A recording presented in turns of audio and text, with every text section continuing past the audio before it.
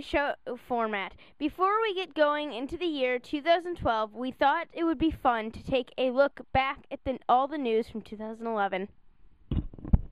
So, on today's show, we have the top 10 stories from 2011, the top 5 student picks from 2011, Dr. Heiser reflects on 2011, and we check out all the buzz at the Hixson Hive. Woo! 2011 was a memorable year in world news. CNN asked the people which stories out of 20 were the top 10 of 2011. These are the top 10 stories as chosen by the world. But this all doesn't just apply to adults. Think about how this affects kids like us, and let's hope 2012 holds more positive news events. Top 10 stories from 2011. On April 29th, 2011, the royal couple, Kate Middleton and Prince William, tied the knot at Westminster Abbey. But why is this important to middle school students? Because the wedding was a real-life fairy tale.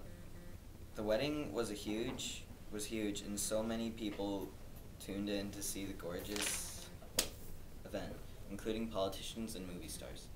The wedding was one of the most watched events on TV in 2011.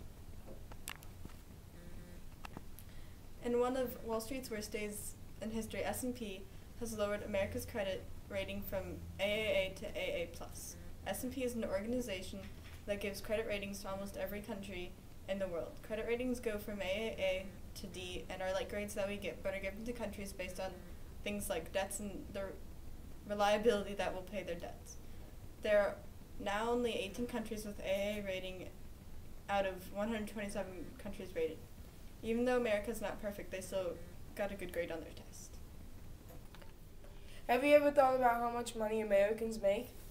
As far as we know, 2 of the top 3 richest people in the world are Americans. Those being Bill Gates and Warren Buffett. Most kids our age don't know that one of the main reasons why unemployment is so high is because companies discovered other people in different countries will do the same work for less. CEOs and presidents of companies are finding the cheapest way to pay employees so the main people in charge can make more money. Kids our age don't realize how often this stuff occurs. Events such as the NFL and NBA lockout are some effects of this idea the CEOs and owners are coming up with. This is very important for us to know because one day it might be us losing our jobs if something doesn't change.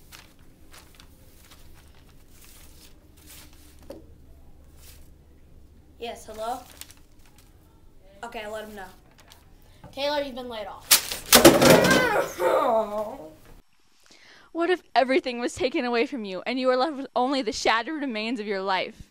In April of 2011, the largest tornado outbreak on record swept across the southern states, the Midwest, and the Northeast, killing 346 people. Alabama suffered the most damage, and the college town of Tuscaloosa turned into a disaster zone. The Joplin, Missouri tornado hit just 3 weeks later and marked the deadliest single tornado in 60 years. Neighborhoods were destroyed and hundreds of people were helpless.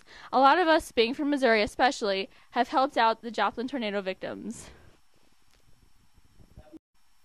The Occupy Wall Street was a group of people in New York who protested the wealthiest people in America, called the 1%, having so much power and influence over the rest of us, or the 99%. The movement spread across the country, and there was even a group of protesters who camped out in St. Louis, Missouri in the fall of 2011.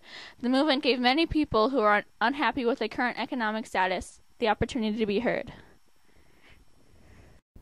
Apple co-founder Steve Jobs died on October 5th, 2011. Apple has made a huge impact on the electronics market. Middle schoolers were especially affected by this because so many of them own Apple products, and Angry Birds controls them. To tell us more on the story, we have Matthew Fuller here, who's a middle schooler.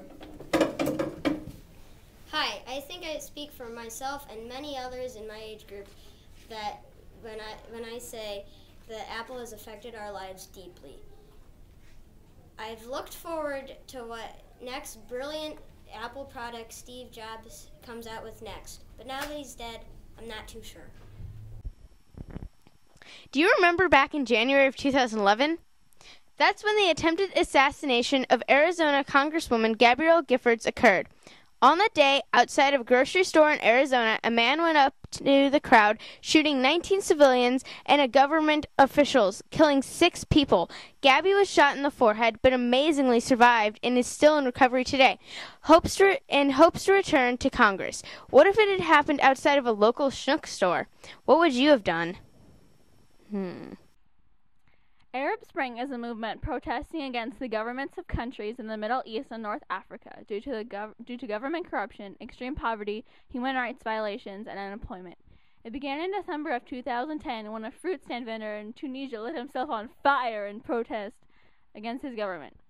The movement later spread to Egypt and Libya and resulted in the death of Muammar Gaddafi, the dictator ruler of Libya. Protesters also occurred in Syria, Yemen, and other countries.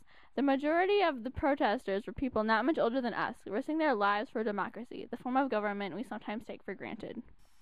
And the biggest news event of the year was the death of Osama bin Laden. In August of 2011, Navy SEAL Team 6 raided a compound in Pakistan and killed Osama bin Laden, leader of al-Qaeda. It is believed that a trusted messenger of bin Laden's leaked information of his whereabouts. The identities of the Americans involved in the raid have been kept secret to protect them and their families. Most of us don't remember 9/11, but it was one of the worst attacks in the United States, and bin Laden was considered the mastermind behind the attacks. It took over 10 years for him to be found. Hopefully bin Laden's death will lead to the end of terrorism in the world, or at least make it a weaker threat. Here is the top 5 picks of 2011. During the Turkey Day 2011, Webster goes 1. Yay! We started the Hixson show.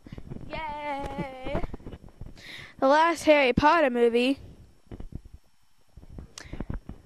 The robotics team qualified for the first Lego League Eastern Missouri Championship.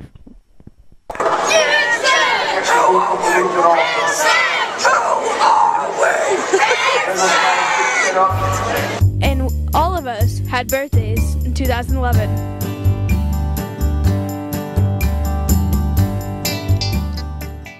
Happy New Year and welcome to second semester of the 2011-2012 school year. I'm excited because as I was thinking about 2011, I was really reflecting on how ready, respectful, and responsible all of our students have been. I love being the principal of Hixson Middle School and I look forward to a great second semester. Thank you. Want to see more of our shows, bloopers, and other student content? Check it all out at Hixson Hive. 'Cause I want to!